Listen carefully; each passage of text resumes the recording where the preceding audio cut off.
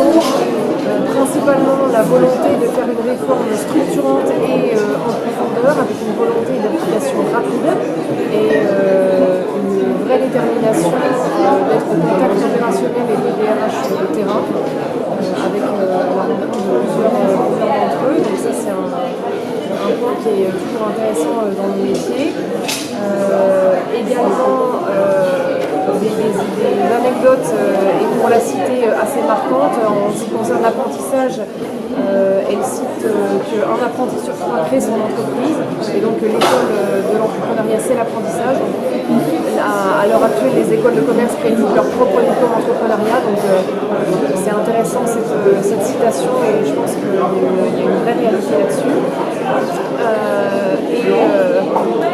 Quand même une inquiétude, pour terminer, une inquiétude sur les jeunes aujourd'hui qui sont très nombreux, plus d'1 million, à être sans projection d'avenir, sans métier, sans emploi, sans compétences transposables dans le milieu du travail. Donc ça, je pense qu'on va tous prendre en main le sujet et essayer de donner un avenir à nos jeunes. Trois idées autour du dialogue social, déjà, c'est décentraliser, simplifier le dialogue social, avec un vrai changement de posture de tous les acteurs à avoir, aussi bien, je dirais, les partenaires sociaux que les entreprises. Donc ça, c'est important de se saisir de ce sujet-là. L'autre problématique tourne autour de toutes les compétences. Le développement des compétences. On a manifestement, effectivement, je dirais, perdu la main dans les années 70. On était très en avance en termes de formation au niveau des pays européens. Aujourd'hui, on a perdu la main. Il faut effectivement redonner quelque chose autour du droit à la formation des salariés pour leur permettre effectivement de se développer. Parce qu'aujourd'hui, on constate que l'organisation elle-même de notre système de formation, finalement, favorise les grandes entreprises au détriment des TPE, PME. Et puis je crois que le troisième grand sujet qui m'est apparu tourne autour de l'apprentissage. L'apprentissage qu'il faut développer, qui s'est bien développé au niveau des catégories cadres, ingénieurs, mais peu en dessous, qu'il faut vraiment développer.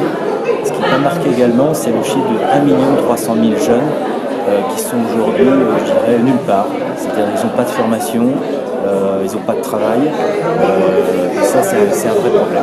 Voilà.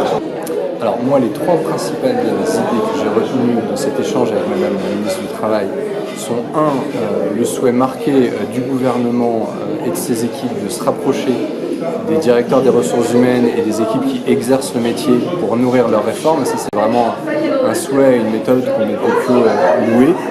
Le deuxième point, c'est la présidence du G7 de la France l'année prochaine, où Madame la ministre nous a informé qu'il y aurait beaucoup de thématiques sur la notion de travail qui seraient portées au niveau européen et au niveau international. Et c'est vraiment très important pour tous ceux qui travaillent dans des grands groupes. Et enfin, moi j'ai retenu un chiffre, 1 300 000, le nombre de jeunes sans emploi, sans qualification et sans formation.